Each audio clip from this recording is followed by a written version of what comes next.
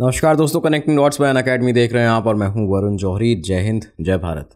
दोस्तों, Indian cricket history के एक ऐसे केस के बारे में आज आपको बताने वाले हैं जिसके बाद लोगों का क्रिकेट पर से भरोसा उठ गया था।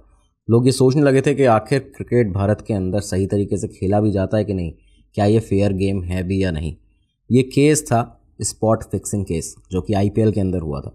आज आपको बताने वाले हैं कि आखिर क्या ये पूरा केस था और साथ ही साथ में कैसे इस स्पॉट फिक्सिंग के साथ में एक के बाद एक बड़ी बड़ी हस्तियों के नाम जोड़ते गए, एक के बाद एक बड़ी बड़ी हस्तियां इसमें फंसती गईं, आती गईं, और उसके साथ ही कैसे ये स्पॉट फिक्सिंग का जो जाल था वो बॉलीवुड से होता हुआ अंडरवर्ल्ड तक जाता है, दाऊद इब्राहिम तक जाता है, ये भी आपको बताएंगे।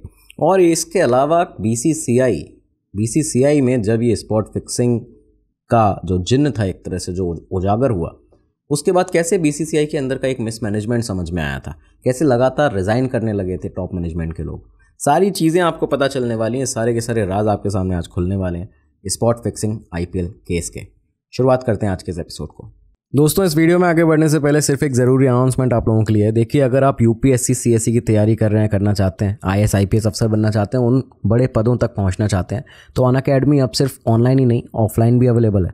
ऑफलाइन सेंटर्स दिल्ली के मुखर्जी नगर करोल बाग में है, उत्तर प्रदेश के प्रयागराज के सिविल लाइंस में अवेलेबल है, और इन सारे सेंटर्स पर न्यू बैचेस जो हैं वो शुरू होने वाले हैं। इनके लिए आपको जल्दी से जल्दी एनरोल भी कर लेना चाहिए। अब आपको थोड़ी सी जानकारी दे देते हैं। देखिए, करोल बाग में जो सेंटर है वहाँ पे 23 सितंबर से इंग्लिश बैचेस जो हैं वो शुरू होने वाले हैं। मुखर्जी नगर सेंटर पे 2 सितंबर, 9 सितंबर और 19 सितंबर से बैचेस जो हैं वो शुरू होने वाले हैं। सारे हिंदी मीडियम बैचेस हैं।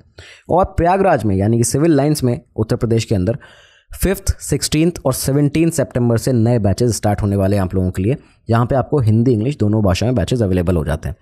भारत के टॉप फैकल्टीज़ के साथ में आपको यहाँ पढ़ने का मौका मिलता है अनअकैडमी के साथ इन ऑफलाइन सेंटर्स पर। तो जल्दी से जल्दी आपको इनको ज्वाइन करना है। अब एक बार आपको एडवांटेजेस भी बता देते हैं जो आपको मिलने वाले हैं इन सारे बैचेस के अंदर जब आप एनरोल करते हैं। तो देखिए, CSAT और ऐसे राइटिंग की आपको क्लासेस मिल जाती हैं। 360 डिग्री करंट अफेयर्स का कवरेज मिल जाता है मंथली मैगजीन्स के साथ में। कॉम्प्रहेंसिव कवरेज मिल जाता है GS का। साथ ही साथ रेगुलर इंटरेक्शन मिल जाता है आपके फैकल्टीज़ के साथ में, टॉप फैकल्टीज़ के साथ भारत के। आपको 1-to-1 मेंटरशिप मिल जाती है डाउट सॉल्विंग सेशंस के साथ में, और साथ ही साथ 40+ sectional and full length test मिल जाते हैं प्री एंड मेन एग्जाम के। तो अब यहाँ पे आपको बिल्कुल भी देर नहीं करनी चाहिए। इस वीडियो के डिस्क्रिप्शन में जाके लिंक है, उस पर क्लिक कीजिए। जैसे ही आप क्लिक करेंगे, यकीन मानिए अपनी तैयारी की तरफ एक बहुत बड़ा एक मजबूत कदम उठाने वाले हैं, क्योंकि यहाँ पे आप जैसे अपनी डिटेल फिल करेंगे आप एनरोल डायरेक्टली भी कर सकते हैं और साथ ही साथ ऑफलाइन सेंटर पर वॉक इन भी कर सकते हैं। तो आप देर मत करिए, क्योंकि आपका ये जो सपना है इसको पाने के लिए सिर्फ इस एक कदम की दूरी आपको तय करनी है, और जल्दी से जल्दी जाके इस वीडियो के डिस्क्रिप्शन में आपको उस लिंक पर क्लिक कर देना है। अपनी तैयारी को मजबूत बनाएंगे और हमारी शुभकामनाएं आपके साथ हैं। धन्यवाद। तो दोस्तों, शुरुआती तौर पर अगर देखा जाए, देखिए, पहली बार भारत के लोगों ने मैच फिक्सिंग के बारे में, या क्रिकेट के अंदर भी कुछ ऐसी चीज़ होती है कि क्रिकेट को भी फिक्स किया जा सकता है। जो मैचेस हैं उसमें बैट्समैन बॉलर जो है वो किसी दूसरे के उससे प्रभावित होकर अपनी बॉलिंग को करे, अपनी बैटिंग को करे, जल्दी आउट हो जाए, या फिर वाइड बॉल फेंक दे, या तमाम सारी ऐसी चीज़ें करता है, और उससे क्रिकेट पर फ़र्क पड़ता है, मैच के ऊपर फ़र्क पड़ता है, और उससे फ़ायदा होता है उन लोगों को जिन लोगों ने इस पर पैसे लगाए होते हैं, जिन्होंने इस पर सट्टेबाजी की होती है। तो ऐसी ये पहली बार भारत के लोगों को साल 2000 में समझ में आया था, और ये समझ में आया था उस केस से जिसमें 2000 में जो मैच फिक्सिंग केस हुआ था, जिसमें ज़्यादातर जो साउथ अफ्रीका के क्रिकेट प्लेयर्स थे, जिसमें हर्षल गिब्स का नाम सामने आया था, हैंसी क्रोनिया का नाम सामने आया था। तो ये लोग उसमें फंसे भी थे उस समय पर, साल 2000 की जो मैच फिक्सिंग हुई थी। ऐसा नहीं कि उसमें भारतीय प्लेयर्स का नाम सामने नहीं था, उस समय अजय जडेजा, मनोज प्रभाकर, इन लोगों के भी नाम सामने आए थे। इनका क्रिकेट करियर जो था वो भी बर्बाद हुआ इसमें, और उसके साथ में कपिल देव के ऊपर मनोज प्रभाकर ने काफ़ी गलत आरोप भी लगाए थे इस पूरे केस में। वो पूरा एक बड़ा एक अलग एपिसोड हम उस पर करेंगे। तो वो एक अलग मैच फिक्सिंग थी, लेकिन पहली बार वहीं से लोगों ने नाम सुना था भारत के अंदर मैच फिक्सिंग का। लेकिन इस बार ये जो हुआ, ये दोबारा जो होने वाला था, जो कि अब IPL में हुआ था साल 2013 में, ये ऐसी मैच फिक्सिंग थी जिसमें सबसे बड़ी बात थी कि सारे के सारे प्लेयर्स भारत के थे, और भी बड़ी बात थी कि जितना भी पूरा नेक्सस था ये सब भारत के अंदर ही चल रहा था। भारत के कई सारे लोग और बड़े बड़े नामचीन लोग इससे जुड़े हुए थे। तो आखिर कैसे ये उजागर हुआ, ये देखिए। साल था 2012 में ये वो दौर था उस समय तक जब सट्टेबाजी जो थी और बाकी जो सट्टेबाज हैं इनका एक तरह से इनका बिजनेस जो था वो बड़ा होने लगा था, बहुत ज़्यादा मैचेस पर लगातार सट्टेबाजी की जाती थी साल 2012 से लेकर 13-14 के बीच में भी लगातार। और उस समय आईपीएल भी, क्योंकि अब प्रचलन जो आईपीएल का था वो शुरू हो चुका था, चलन हर साल आईपीएल होता था। ये जो 2012 का आईपीएल था, अगर आपको याद हो तो एक न्यूज़ चैनल ने एक स्टिंग ऑपरेशन किया था, और इस स्टिंग ऑपरेशन में 5 ऐसे प्लेयर्स थे आईपीएल के अंदर जो खेल रहे थे, लेकिन वो छोटे प्लेयर्स थे, डोमेस्टिक प्लेयर्स थे, अलग अलग स्टेट्स के लिए खेलते थे। उनको आईपीएल में मौका मिला था, अपने करियर को आगे ले जा सकते थे, लेकिन मैच फिक्सिंग के इस जाल में फंस जाते हैं। और इसके बाद जो ये मैच फिक्सिंग हुई थी उसमें स्टिंग ऑपरेशन में उन लोगों ने कबूला भी था कई बार, उनका नाम भी सामने आया था। तो इसके चलते यहाँ पे इन 5 प्लेयर्स को, जो कि डोमेस्टिक प्लेयर्स थे, इनको सस्पेंड भी बाद में कर दिया गया था, उनका करियर पूरी तरह बर्बाद हो गया था। लेकिन ये वो साल था जिस साल से लोग भी लगातार जो थे वो सतर्क हो चुके थे कि एक बार दोबारा से मैच फिक्सिंग सामने देखने को मिली है। साथ ही साथ में पुलिस जो थी, जो सिक्योरिटी फोर्सेस थी, स्पेशल सेल थे दिल्ली पुलिस के, मुंबई पुलिस के, ये सभी भी लगातार तहकीकात करने में लग गए थे कि अब हो सकता है ये लगातार दोबारा से जो सट्टेबाज हैं वो अपना एक्टिव हो जाएं, अपने नेक्सस को, अपने नेटवर्क को एक्टिव कर लें। इसी के तहत यहाँ पे दिल्ली के अंदर, दिल्ली की जो स्पेशल सेल थी, उन्होंने फ़ोन टैपिंग चालू की कुछ सट्टेबाजों की, कुछ स्पेसिफिक जो कुछ बुकीज़ थे उनकी नज़र में, उनकी लगातार फ़ोन टैपिंग शुरू कर दी। फ़ोन टैपिंग शुरू कर दी गई थी, उनकी बातें सुनी जा रही थी, चीज़ों को देखा पड़ा जा रहा था, लेकिन यहाँ पे कोई नहीं जानता था इसके बारे में, सट्टेबाजों में से या खिलाड़ियों में से, कि कुछ भी इस तरह का पूरे देश भर में कहीं भी चल रहा है। दिल्ली पुलिस या मुंबई पुलिस कुछ भी इस तरह की चीज़ कर रही है, लेकिन पुलिस ने ये चीज़ें शुरू कर दी थी, क्योंकि बैटिंग का कहीं ना कहीं पता चल गया था कि अब ये लगातार फिर से एक बार शुरू हो चुकी है। साल बीतता है, अगला साल आता है, अगला साल आया 2013, और एक बार फिर से आईपीएल आया। अब ये जो आईपीएल होने वाला था, इस पर लगातार पुलिस की नज़र थी। ये बताते हैं 3 अप्रैल को ये आईपीएल जो था 2013 के साल का, वो शुरू होने वाला था। 2 महीने पहले से ही, फरवरी 2013 से ही दिल्ली पुलिस की जो स्पेशल सेल थी, उन्होंने अपनी प्रॉपर फ़ोन टैपिंग जो थी, कुछ बुकीज़ को टारगेट करके, वो यहाँ पे शुरू कर दी थी। फ़ोन टैपिंग लगातार चलती थी। 2 महीने करीबन बीतते हैं यहाँ से, और पुलिस की जो ये स्पेशल सेल थी वो अपने नेटवर्क को भी यहाँ पे एक्टिव कर देती है।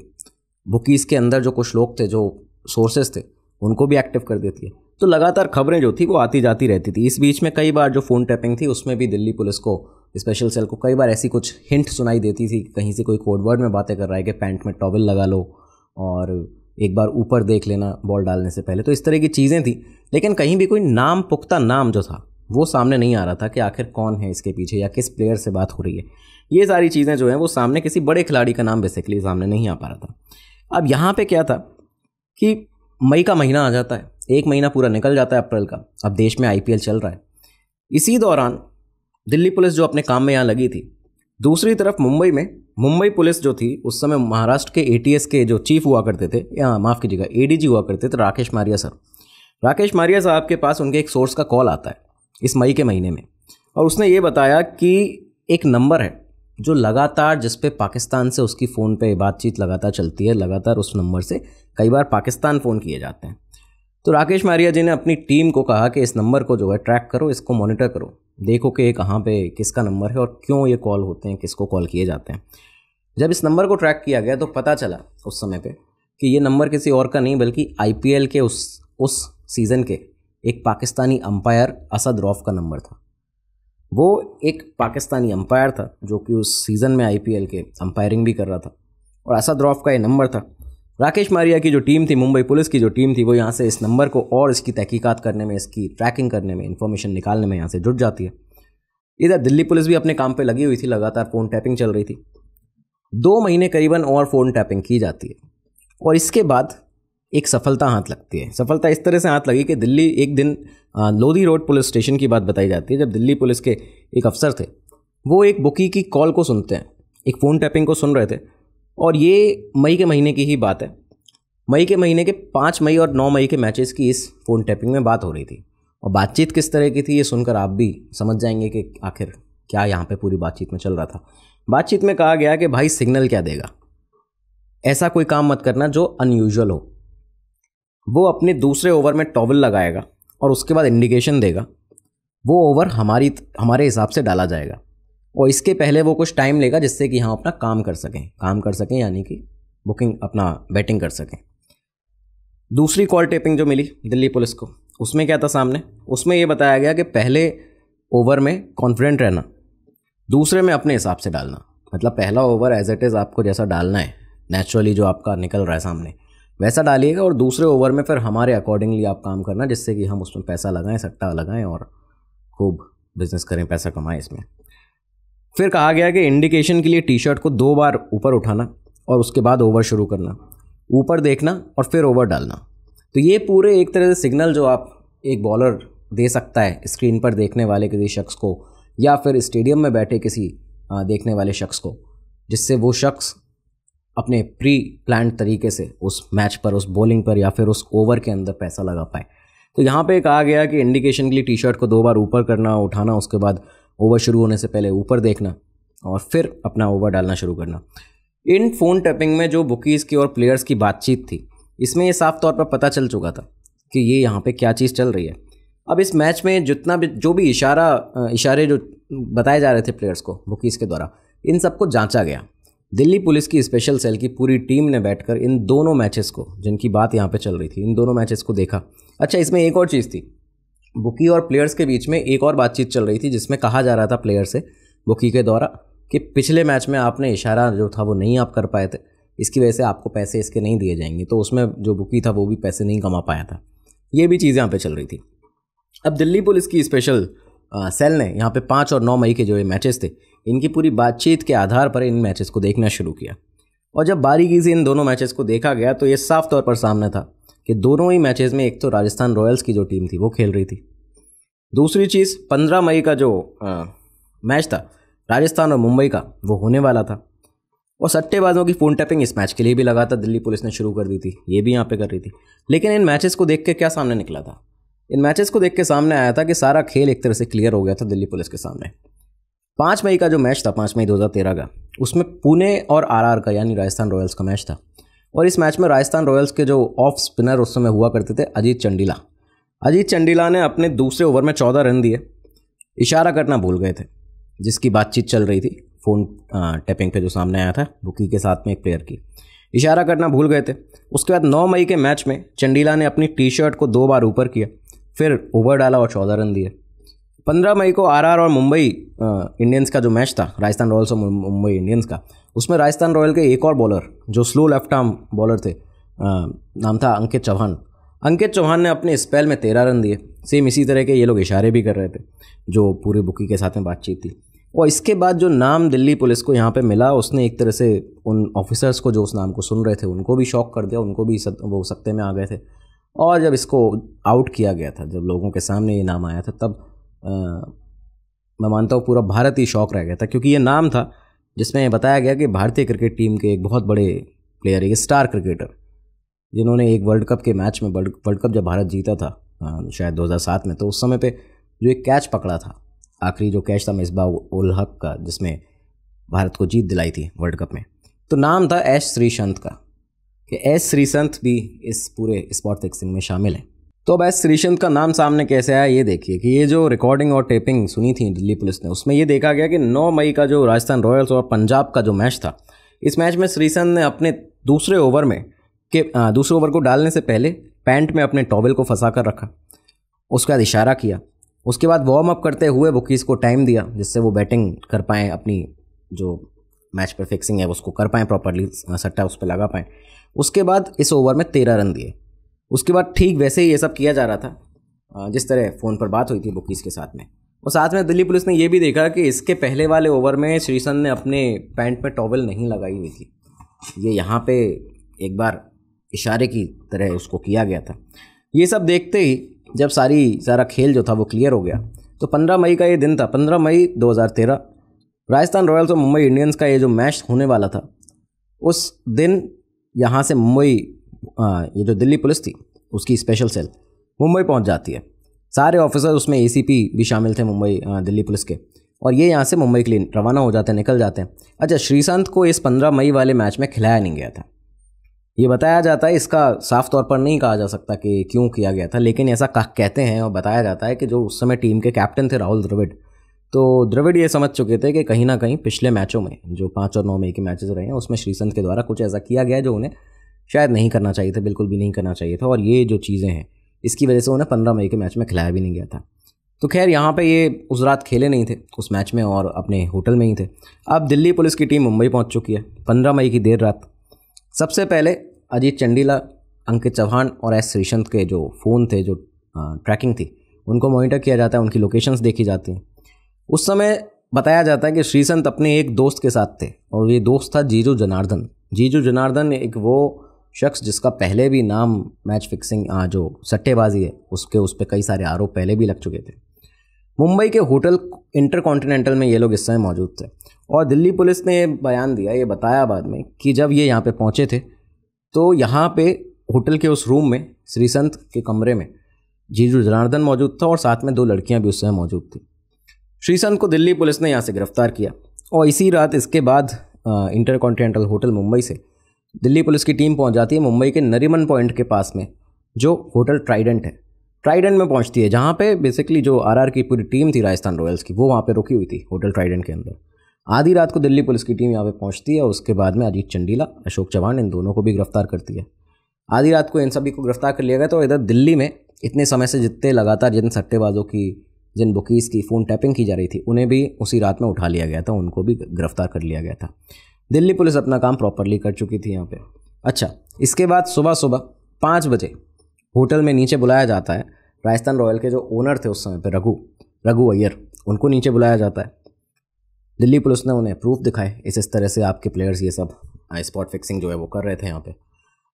रघु अय्यर ने कैप्टन राहुल द्रविड़ को बताया, द्रविड़ ने आगे पैडी अपटन को बताया जो कि राजस्थान रॉयल्स के कोच थे, और इस तरह से बात बाकी आगे तक पहुँचती है। आईपीएल के जो सीईओ थे उस समय सुंदर रमन, उनको बताया गया, और राजस्थान रॉयल्स के उस समय जो बाकी ओनर्स हुआ करते, जो उसके बाकी मालिक थे, शिल्पा शेट्टी, राज कुंद्रा, इन सभी को ये सब तलब किया जाता है, उनको बताया जाता है एक तरह से कि ये सब चीज़ें हो रही हैं और टीम के ऊपर ये इतना बड़ा एक दाग लगा है।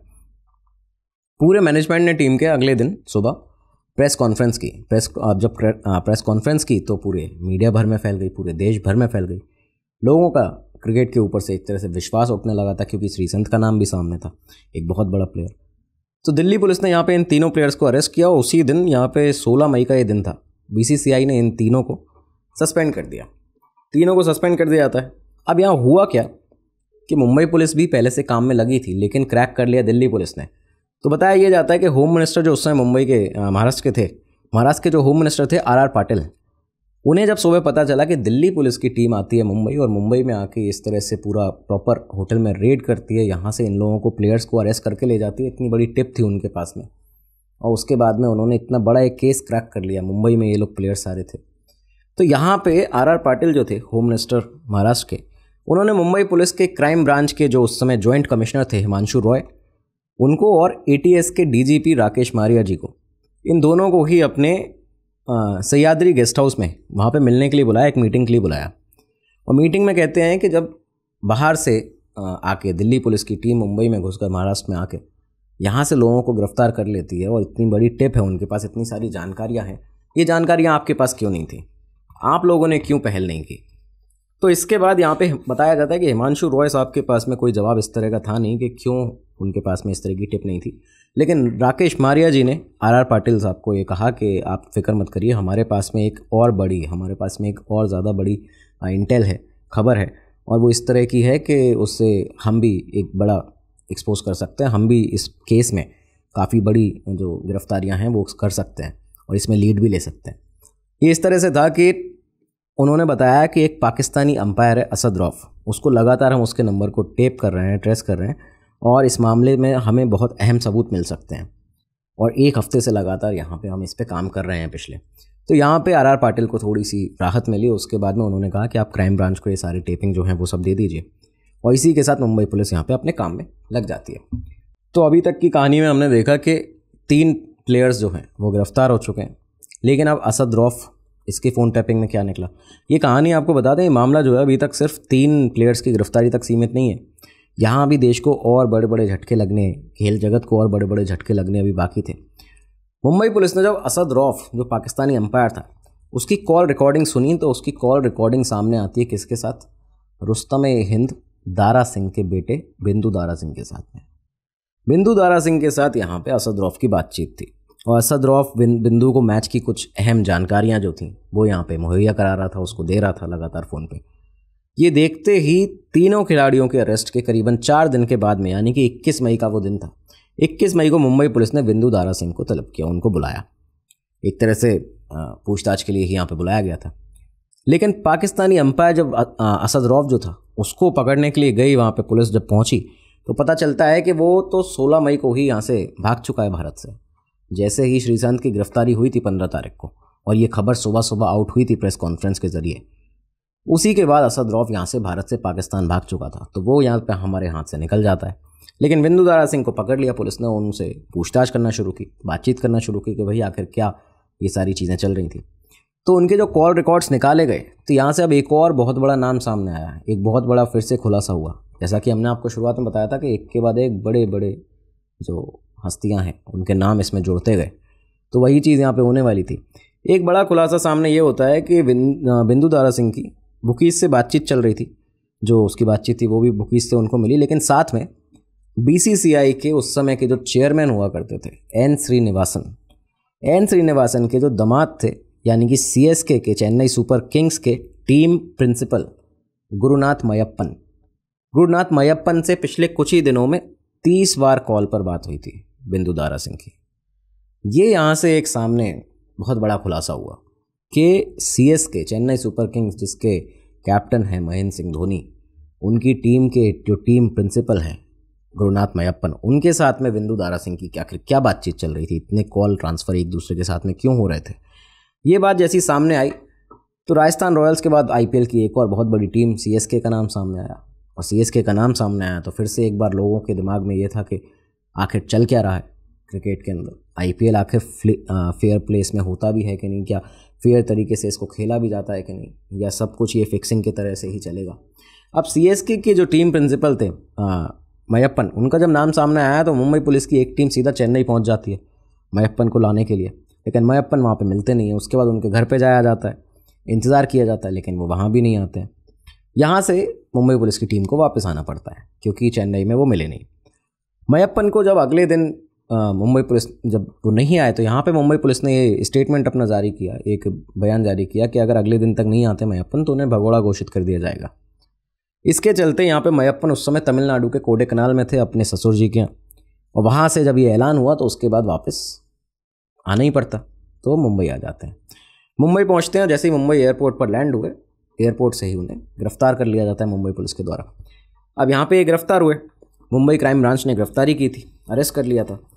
पूछताछ के बाद मुंबई पुलिस ने ये बताया कि मयप्पन 2011 से आईपीएल में हेवीली बैटिंग कर रहे थे, बहुत ही बड़े पैमाने पर सट्टेबाजी यहाँ पे 2011 से कर रहे थे, और करीबन 10 लाख से लेके 1 करोड़ तक की रकम यहाँ पे लगाई थी बैटिंग पे। लगातार लगाते थे, जीतते थे, हारते थे, जो भी चीज़ें थी, लेकिन ये बहुत हेवीली बैटिंग यहाँ पे लगातार करते थे। अब ये सब जब मीडिया में आने लगा, चीज़ें अलग अलग बढ़ती गई, खबरें फैलती गई, अलग अलग तरह के सवाल खड़े होते गए। कुछ मीडिया चैनल्स ने टीआरपी के लिए, तो किसी ने अलग अलग प्लेयर्स के नाम सामने घसीटना शुरू किए। काफ़ी ज़्यादा उस समय पे जो मीडिया का एक क्रिकेट ड्रामा था वो भी यहाँ पे चला।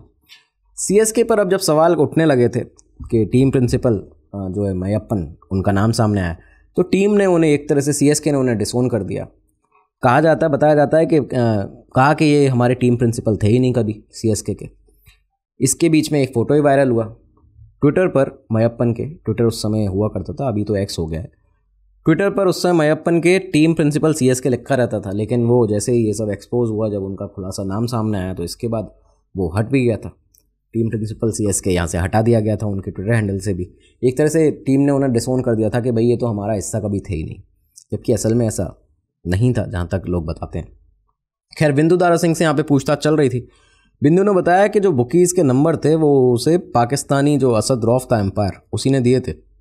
सारे के सारे बुकीज़ जो थे वो ज़्यादातर पाकिस्तान के भी थे उनमें से कुछ, और अब पाकिस्तान के बुकीज़ थे। बातचीत जब हुई और जो पूछताछ निकली तो उसमें से फिर सीधा ये बॉलीवुड कनेक्शन बन जाता है, क्रिकेट से बॉलीवुड और बॉलीवुड से अंडरवर्ल्ड, मुंबई अंडरवर्ल्ड तक, दाऊद इब्राहिम तक ये पूरे तार पहुंच जाते हैं। सीधा यहाँ से बुकीज़ जो थे वो दाऊद इब्राहिम का इसमें नाम सामने आने लगा। अब दाऊद इब्राहिम अगर देखा जाए तो शायद खुद भी इस पूरे इतने बड़े केस में, जो धीरे धीरे करके इतना बड़ा बनता जा रहा था, उसमें खुद भी अपना नाम नहीं चाहता था। क्योंकि हुआ क्या कि टीओआई के, टाइम्स ऑफ इंडिया के एक रिपोर्टर ने जब छोटा शकील को एक मैसेज ड्रॉप किया ये पूछने के लिए कि क्या आप लोगों का डी कंपनी का इसमें कोई रोल है, ये जो स्पॉट फिक्सिंग चल रही है भारत के अंदर, तो छोटा शकील का यहाँ से सीधा कॉल आया था उस रिपोर्टर के पास, और कॉल करके उसने कहा कि भाईजान को हराम का पैसा नहीं चाहिए, अब हम ये सब काम छोड़ चुके हैं और अब हम सिर्फ रियल एस्टेट का काम करते हैं। तो ये सारी चीज़ें यहाँ से होती हैं, लेकिन अंडरवर्ल्ड के तार लगातार जुड़ ही चुके थे। पाकिस्तान से भी अंडरवर्ल्ड जो दाऊद इब्राहिम चलाता है उसके भी तार जुड़ चुके थे। सारे के सारे जो बुकीज़ थे वो सब वहीं के थे। तो ये केस इतना बड़ा बेसिकली हो चुका था कि दोनों जो फोर्सेस थी हमारी देश की, जो दो पुलिस फोर्स हैं, बड़ी पुलिस फोर्स, वो दोनों ही इस पर लग चुकी थी। दिल्ली पुलिस श्रीसंत को गिरफ्तार कर चुकी थी, और मुंबई पुलिस जो थी वो श्रीसंत का, क्योंकि जहाँ पे होटल का रूम था मुंबई में वो उनके जगह आता था, तो वहाँ पे वो लोग होटल रूम में तहकीकात कर रहे थे लगातार। उसमें से डायरी, उसके कुछ जो इलेक्ट्रॉनिक आइटम्स थे, कुछ लड़कियों के वहाँ पे उन्हें फ़ोटोज़ भी मिले, तो ये सारी चीज़ें वहाँ से ले रहे थे। और खबरें तो इस तरह की भी चली कि दिल्ली पुलिस और मुंबई पुलिस के बीच में कई सारे मतभेद भी यहाँ पे सामने को देखने को मिले। इन्वेस्टिगेशन के दौरान कुछ ऐसी चीज़ें आई कि कॉपरेट नहीं किया जा रहा है, दिल्ली और मुंबई पुलिस एक दूसरे के साथ कॉपरेट नहीं कर रही है और इन्वेस्टिगेशन में दिक्कत आ रही है इसकी वजह से। लेकिन बाद में फिर स्टेटमेंट दे दिया गया था दिल्ली पुलिस के द्वारा कि दिल्ली और मुंबई पुलिस एक साथ मिलजुल कर काम कर रहे हैं और दोनों के केसेस अलग हैं। बेसिकली दिल्ली पुलिस जो है वो स्पॉट फिक्सिंग का जो केस है उस पर काम कर रही है, और साथ में मुंबई पुलिस जो है वो बैटिंग के ऊपर काम कर रही है यहाँ पे। तो खैर श्रीसंत, अजीत चौहान और अजीत चंडीला और अंकित चौहान जो ये तीनों थे, इनके वॉइस सैंपल्स लिए जाते हैं। पुलिस को सबूत यहाँ पे प्रॉपर्ली मिल चुके थे। मुंबई पुलिस श्रीसंत के खिलाफ सबूत जुटा रही थी लगातार, और प्लेयर्स पर मकोका लगा दिया गया था महाराष्ट्र के अंदर। मकोका इन तीनों के ऊपर लगा दिया गया था, यानी Maharashtra control of organise crime act. अब यहाँ पे ये सब चीज़ें आगे चलती हैं। मुंबई में श्रीसंत का ये एक एक्सपोज होता है। इस तरह से मुंबई पुलिस ने बताया कि श्रीसंत ने एक डिज़ाइनर के स्टोर से करीबन 2 लाख यानी 1,95,000 लाख की शॉपिंग की थी। अपनी गर्लफ्रेंड के लिए ब्लैकबेरी Z10 जो 43,000 का उस समय पर फ़ोन था वो कैश में लिया था। और साथ ही साथ में ये भी कहा गया कि पुलिस के द्वारा कि ये सब कुछ स्पॉट फिक्सिंग के पैसे से किया गया था। इसी के बीच में श्रीसंत की उस समय जो गर्लफ्रेंड हुआ करती थी साक्षी जाला, उनको भी यहाँ पे बुलाया गया, उनसे ही पूछताछ की गई, तहकीकात की गई। ये सारी चीज़ें लगातार चलती हैं। पुलिस को 9 मई को चंडीगढ़ के होटल में, जब ये सारी चीज़ें चल रही थी, तो इस समय पे पुलिस को 9 मई को चंडीगढ़ के होटल में, जब ये मैच थे जहाँ पे राजस्थान रॉयल्स की टीम उस समय रुकी हुई थी चंडीगढ़ में, वहाँ के CCTV फुटेज मिलते हैं। हर जगह के CCTV फुटेज जो थे वो निकलवाए जा रहे थे, क्योंकि जहाँ जहाँ राजस्थान रॉयल्स की टीम रुकी है, जहाँ पे इनके मूवमेंट्स को ट्रैक करना था, देखना था कि आखिर किन किन लोगों से मिलते थे अलग अलग जगहों पे। और आपको पता ही है कि IPL के मैच अलग अलग जगह भारत में होते हैं। तो इस बीच में जब चंडीगढ़ में मैच था 9 मई को, तो वहाँ पे उस होटल के RR के जहाँ पे ये रुके हुए थे ये लोग, CCTV फुटेज निकाले जाते हैं। तो वहाँ पे S श्रीसंत को और अंकित चौहान को जीजू जनार्दन के साथ देखा जाता है। अब जीजू जनार्दन वही जो हमने आपको बताया, पहले भी सट्टेबाजी के कई सारे आरोप उस पर लग चुके थे। तो 9 मई वाले मैच में भी इनको देखा गया, साथ में 2 लड़कियों को भी यहाँ पे देखा गया। श्रीसंत के इस बीच में पिता जो हैं शांता कुमारन नायर, उन्होंने यहाँ पे कुछ अलग ही आरोप लगाए थे। उन्होंने कहा कि ये सब मेरे बेटे को फंसाया जा रहा है, इसमें धोनी और हरभजन सिंह का हाथ है, और इस तरह की चीज़ें उन्होंने यहाँ पे बोली थी। लेकिन इन खिलाड़ियों से जो पूछताछ थी वो लगातार चल रही थी, और पूछताछ चलती है उसमें ये भी सामने आता है कि चंडीला ने, यानी कि जो अजीत चंडीला था, उसने अंकित चौहान को ये कहा था और उसने अंकित चौहान को मनाया था ये कहकर कि अगर तुम काम करोगे हमारे लिए इस तरह का जो बुकीज़ कह रहे हैं, तो उनके कहने पर तुम्हें उनके कहने पर 1 ओवर डालने के लिए तुम्हें 60 लाख रुपए मिलेंगे। 60 लाख रुपए यहाँ पे मिलेंगे। साथ में अंकित चौहान जो थे वो इस बात पे मान भी जाते हैं। 1 ओवर में उन्होंने 13 रन दिए, बुकीज़ के कहने पर वो पूरा ओवर किया गया था। इन खबरों से BCCI भी हिल चुकी थी अब एक तरफ, क्योंकि प्लेयर्स जिस तरह खुलासे कर रहे थे, जिस तरह के बड़े बड़े लोगों का नाम सामने आ रहा था, BCCI इस तरह से हिल चुकी थी क्योंकि खुद भी BCCI के जो चेयरमैन थे N श्रीनिवासन, उनके दामाद का नाम भी सामने था, मयप्पन का। मुंबई पुलिस ने विंदु दारा सिंह और मयप्पन को एक साथ बिठाया पूछताछ में। एक साथ बिठा के पूछताछ की जाती है, और फाइनली मयप्पन पर ये कुछ आरोप इस तरह के सामने आए लगे कि CSK के हेड कोच उस समय के जो स्टीफन फ्लेमिंग थे, स्टीफन फ्लेमिंग को बैटिंग ऑर्डर चेंज करने के लिए मयप्पन ने एक मैच में कहा था। ये विंदु दारा सिंह और मयप्पन को जब साथ में बिठा के पूछताछ की गई, तब यहाँ से आरोप निकल कर सामने आए थे कि CSK के हेड कोच स्टीफन फ्लेमिंग को मयप्पन ने बैटिंग ऑर्डर चेंज करने के लिए कहा था। और उसके बाद ये बात आगे विंदु दारा सिंह को बताई, और विंदु ने क्या किया, ये बात आगे बुकीज़ को बताई, बाद में इस पर बैटिंग की जाती है। तो ये सारी चीज़ें यहाँ से सामने आई। अच्छा, इसके चलते 26 मई को बीसीसीआई ने 3 लोगों का कमीशन बनाया। ये 3 लोगों का कमीशन बनाया जाता है कि अब बीसीसीआई खुद इस पर इंक्वायरी करेगी। आईपीएल के चेयरमैन राजीव शुक्ला ने इसमें यह भी कहा बीच में कि जो एन श्रीनिवासन है बीसीसीआई के चेयरमैन, वो यहाँ पे बीच में अभी इससे थोड़ा सा दूरी बना के रखें इस पूरे कमीशन से, जो 3 लोगों का कमीशन है, जिससे कि जांच ठीक तरह से होने लगे। लेकिन जैसे ये कमीशन बना था, इसके बाद में आप ये देखिए कि बीसीसीआई के अंदर का ही जो मिसमैनेजमेंट है वो कैसे सामने आया। इस्तीफों का एक तरह से दौर शुरू हो चुका था यहाँ पे। 31 मई को जब यहाँ पे पहला इस्तीफा सामने आता है संजय जगदाले का। संजय जगदाले जी जो कि सेक्रेटरी थे उस समय बीसीसीआई के, उसके बाद अजय शिर्के जो कि ट्रेजरर थे बीसीसीआई में, इन दोनों ने ही रिज़ाइन कर दिया। और इनके कुछ ही समय के बाद में ये कहते हुए इन्होंने रिज़ाइन किया था कि बीसीसीआई करप्शन को ठीक तरह से सॉल्व नहीं कर पा रही है, ठीक तरह से हैंडल ही नहीं कर पा रही है। और इसके ही कुछ समय के बाद में आईपीएल के जो चेयरमैन राजीव शुक्ला, उन्होंने भी यहाँ से रिज़ाइन कर दिया था। लेकिन कहानी अभी तक ये ख़त्म होने नहीं वाली थी, ना ये मामला अभी तक ख़त्म होने वाला था, ना ही खुलासे ख़त्म होने वाले थे। हुआ क्या, बीसीसीआई के रिज़ाइन का सिलसिला तो चल ही रहा था। दिल्ली पुलिस इधर अपनी तहकीकात कर ही रही थी। दिल्ली पुलिस ने जब प्लेयर्स से और ज़्यादा पूछताछ की और थोड़ा स्ट्रिक्ट तरीके से यहाँ पे पूछताछ की गई, तो इन्वेस्टिगेशन जब की गई तो उसके बाद एक बहुत बड़ा नाम सामने आया। ये बड़ा नाम था आईपीएल की, जिसने आईपीएल की क्रेडिबिलिटी पर सवाल खड़े कर दिए थे। और ये बड़ा नाम ऐसे भी था क्योंकि एक बहुत ही बड़ी फिल्म अभिनेत्री के पति थे। राजस्थान रॉयल्स के ओनर राज कुंद्रा का नाम सामने आता है प्लेयर्स से पूछताछ करने पे। अब ये जो राज कुंद्रा का नाम सामने आया, राज कुंद्रा को दिल्ली पुलिस ने तलब किया, पूछताछ की।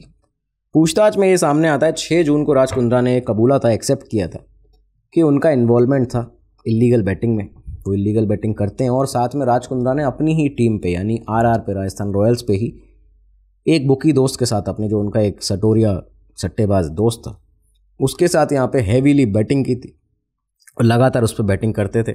और यही सब चीज़ें देखते हुए बाद में उनका नाम सामने आया। ये जब पूरा मामला आगे चला तो राज कुंद्रा भी इसमें सामने आए और उसके बाद राजस्थान रॉयल ने इन्हें सस्पेंड कर दिया, राज कुंद्रा को। लेकिन इस बीच में एक और चीज़ हुई जो बीसीसीआई की तरफ से हुई। बीसीसीआई ने एक कमेटी बनाई, 2 लोगों की कमेटी बनाई जाती है। और ये कमेटी बनी इसके बाद ही जिन दोनों बड़े लोगों का नाम सामने आया था, यानी कि मयप्पन और राज कुंद्रा, इस कमेटी ने इन दोनों लोगों को ही क्लीन चिट दे दी थी। ये बीसीसीआई की तरफ से एक कमेटी बनी थी दो लोगों की। 21 जून को जब इस कमेटी ने दोनों को क्लीन चिट दे दी, तो 21 जून को अब यहाँ पे बिहार क्रिकेट एसोसिएशन सामने आती है। बिहार क्रिकेट एसोसिएशन ने बॉम्बे हाई कोर्ट में एक पीआईएल दायर की और साफ तौर पर यह कहा कि इस कमेटी ने एस श्रीनिवासन के फेवर में ये फर्जी जो जांच की है वो की है यहाँ पे, और इन दोनों को क्लीन चिट दे दी है। बाद में ये मामला बॉम्बे हाई कोर्ट पे भी गया। बॉम्बे हाई कोर्ट ने इस पर साफ तौर पर कहा, खुद ही ये कहा कि ये कमेटी जो है वो श्रीनिवासन के फेवर में एक तरह से यहाँ पे काम कर रही थी और उनके कहने पर यहाँ पे ये सारी चीज़ें की गई हैं जो इन दोनों को क्लीन चिट दी गई है। जब ये मामला कहीं से भी सॉल्व नहीं हो रहा था, कि जब बीसीसीआई भी ठीक तरह से काम नहीं कर पा रहा था, दिल्ली पुलिस मुंबई पुलिस तो लगातार अपना काम कर ही रहे थे, पकड़ ही रहे थे प्लेयर्स को, उनसे अलग अलग खुलासे करा ही रहे थे। लेकिन इसके बाद जस्टिस मुकुल मुदगल कमेटी बनाई जाती है। इस कमेटी में जो इसके हेड थे वो थे retired justice Mukul Mudgal, additional solicitor general L Nageshwar Rao और senior advocate of former cricket umpire Nilay Dutta. साथ में बताते हैं कि सौरव गांगुली को भी इस कमेटी में रखा गया था। तो ये जो कमेटी थी यहाँ पे इन्होंने फाइनली अपनी 170 पेज की एक रिपोर्ट दी थी। इन्होंने साफ तौर पर ये बता दिया था कि मयप्पन जो था वो कॉन्फिडेंशियल इन्फॉर्मेशन जो थी टीम के अंदर की वो शेयर करता था और उसके बाद उस पर बैटिंग की जाती थी। ये यहाँ से साफ कर दिया गया था। मयप्पन का नाम जब सामने आया था तो मुकुल मुदगल कमेटी के सामने बताते हैं कि महेंद्र सिंह धोनी को भी बुलाया गया था। तो एमएस धोनी को भी यहाँ बुलाया गया था। उनसे जब पूछा गया था कि क्या मयप्पन आके यहाँ पे टीम के इंटरनल मैटर्स में दखल देता था, क्या वो टीम मीटिंग्स में रहता था, तो बताते हैं कि धोनी ने ये कहा था कि ना ही मयप्पन कभी टीम मीटिंग में होता था और ना ही किसी स्ट्रैटेजी मीटिंग में होता था। तो ये यहाँ पे उन्होंने साफ कर दिया था। और इसी के बाद धोनी की जो वाइफ हैं साक्षी, उनका भी यहाँ पे नाम सामने इस तरह से, उनका एक फ़ोटो सामने आया था। उनका फ़ोटो किस तरह सामने आया था कि बिंदु दारा सिंह के साथ में धोनी की जो वाइफ है उनका बैठे हुए स्टेडियम में एक फ़ोटो था। लेकिन ये एक तरह से आम बात है क्योंकि किसी भी स्टेडियम में कितने सारे लोग हैं और कोई भी मिलने के लिए आ जाता है, उस तरह से वो चीज़ें देखी जा सकती हैं। और फ़ोटो किसी के भी साथ होना ये एक तरह से ये सिद्ध नहीं करता कि आप उसमें इन्वॉल्व हैं किसी भी तरह से। तो ये सारी चीज़ें खैर मीडिया ने उठाई और मीडिया ने इस तरह से इसको काफ़ी ज़्यादा सेंसेशनलाइज करने की कोशिश भी की थी, टीआरपी के लिए की गई हो या जिस भी तरह से की गई हो। लेकिन ये सारी चीज़ें उस समय यहाँ पे चली थी। खैर ये मई से सितंबर तक ये जो सारा कुछ केस चला था, 4 महीनों में दिल्ली और मुंबई पुलिस अपनी छानबीन पूरी तरह से ख़त्म कर चुकी थी। 3 खिलाड़ी अपना करियर बर्बाद कर चुके थे, पूरी तरह से करियर बर्बाद कर चुके थे। तमाम सारे सटोरियों को मुंबई से दिल्ली से गिरफ्तार कर लिया गया था, वो पुलिस की अब पकड़ में थे। और कई बड़े नाम जैसे बिंदुदारा सिंह, मयप्पन, राज कुंद्रा, ये सभी जो थे इलीगल बैटिंग में बुरी तरह फंस चुके थे यहाँ पे। ये सारी चीज़ें चलती हैं और इसी के साथ आईपीएल की 2 दिग्गज टीम यानी कि राजस्थान रॉयल्स और सीएसके, इन पर एक बहुत बड़ा दाग लग चुका था। खैर ये केस उसके बाद काफ़ी आगे बढ़ा। अगला साल आया 2014 बताते हैं कि 28 मार्च को बीसीसीआई ने एन श्रीनिवासन, जिनके दामाद मयप्पन का नाम इसमें सामने आया था, तो एन श्रीनिवासन को बीसीसीआई ने रिज़ाइन करने के ऑर्डर्स दिए थे। बाद में श्रीनिवासन ने काफ़ी ज़्यादा कोशिश की कि उन्हें रीअपॉइंट कर दिया जाए, लेकिन ये साफ तौर पर उन्होंने रिक्वेस्ट भी की थी कि मुझे रीअपॉइंट कर लिया जाए, किसी और पोजीशन पर रख लिया जाए, लेकिन ये सुप्रीम कोर्ट ने बाद में साफ आदेश दे दिए थे। 22 जनवरी 2015 को ये साफ आदेश दे दिए गए थे सुप्रीम कोर्ट के द्वारा कि बीसीसीआई कोई भी रीअपॉइंटमेंट नहीं कर सकती है एन श्रीनिवासन का। ये चीज़ें कही गई। साथ ही साथ में सुप्रीम कोर्ट ने 3 मेंबर की जो कमेटी थी वो भी बनाई। ये कमेटी इसलिए बनाई गई थी कि अब सीएसके और आरआर, इनकी सज़ा क्या होगी, इनको क्या, इनके ऊपर क्या आप सज़ा इनकी मुकर्रर करना चाहते हैं। तो जो फॉर्मर सीजेआई थे आरएम लोढ़ा, तो इनके साथ में, इनके अध्यक्षता में ये कमेटी बनाई गई थी सुप्रीम कोर्ट के द्वारा। और बाद में इसका निर्णय ये आया सामने कि 2 साल के लिए दोनों ही टीम्स को सस्पेंड किया जाएगा और राज कुंद्रा और मयप्पन को लाइफ टाइम उन पर बैन लगाया जाएगा। ये सारी चीज़ें होती हैं। 2015 में ही ये जो दिल्ली में पटियाला हाउस कोर्ट है, उन्होंने इन तीनों प्लेयर्स के ऊपर, क्योंकि ये तीनों प्लेयर पिछले काफ़ी समय से जेल में भी रहे, उसके बाद इनसे पूछताछ भी लगातार चलती रही, तो पटियाला हाउस कोर्ट ने इन तीनों प्लेयर्स के ऊपर, क्योंकि इनके ऊपर मकोका लगाया गया था महाराष्ट्र में, तो अब यहाँ पे इस मकोका के जो सबूत थे, जो एक तरह से उसके पूरे आरोप थे, वो सिद्ध नहीं हो पा रहे थे, इस वजह से इस पूरे केस को यहाँ पे खारिज कर दिया था। और जब ये चीज़ें हो रही थी, क्योंकि 2 साल करीबन इन लोगों को हो चुके थे इसमें, पूरे इस दौरान इनका करियर बर्बाद हो चुका था पूरी तरह। बताते हैं कि कोर्ट में उस समय श्रीसंत जो था वो बुरी तरह से रोने लगे और दोनों बाकी प्लेयर्स थे एक दूसरे गले मिलते हैं। लेकिन एक बात साफ थी कि एक बहुत बड़ा दाग था वो जो भारतीय क्रिकेट पर लगा था। यहाँ पे श्रीसंत का, एक बहुत बड़े स्टार क्रिकेटर का करियर पूरी तरह से बर्बाद हो चुका था। स्पॉट फिक्सिंग में नाम सामने आया था और कई सारे और भी जो प्लेयर्स इसमें थे वो भी अपना एक करियर जो था पूरी तरह से गंवा चुके थे। तो दोस्तों ये था आज का केस जो हमने आपको बताया कि भारत के इतिहास में, इंडियन क्रिकेट के इतिहास में एक ऐसा केस जिसको काला धब्बा माना जाता है भारतीय क्रिकेट पर, स्पॉट फिक्सिंग का ये जो केस था आईपीएल का, और ये कैसे पूरी तरह से चला, क्या इसमें हुआ, कैसे बड़े बड़े नाम सामने आते, सब कुछ आपको बताया। उम्मीद है आपको ये एपिसोड पसंद आया होगा। कमेंट सेक्शन में ज़रूर बताइए कैसा लगा। आपके जो नेक्स्ट एपिसोड आप चाहते हैं जिन टॉपिक्स पर, उनको भी बताइएगा, उन पर ये एपिसोड लाए जाएंगे। और उसी के साथ आप दीजिए इजाज़त। नमस्कार, धन्यवाद, जय हिंद, जय भारत।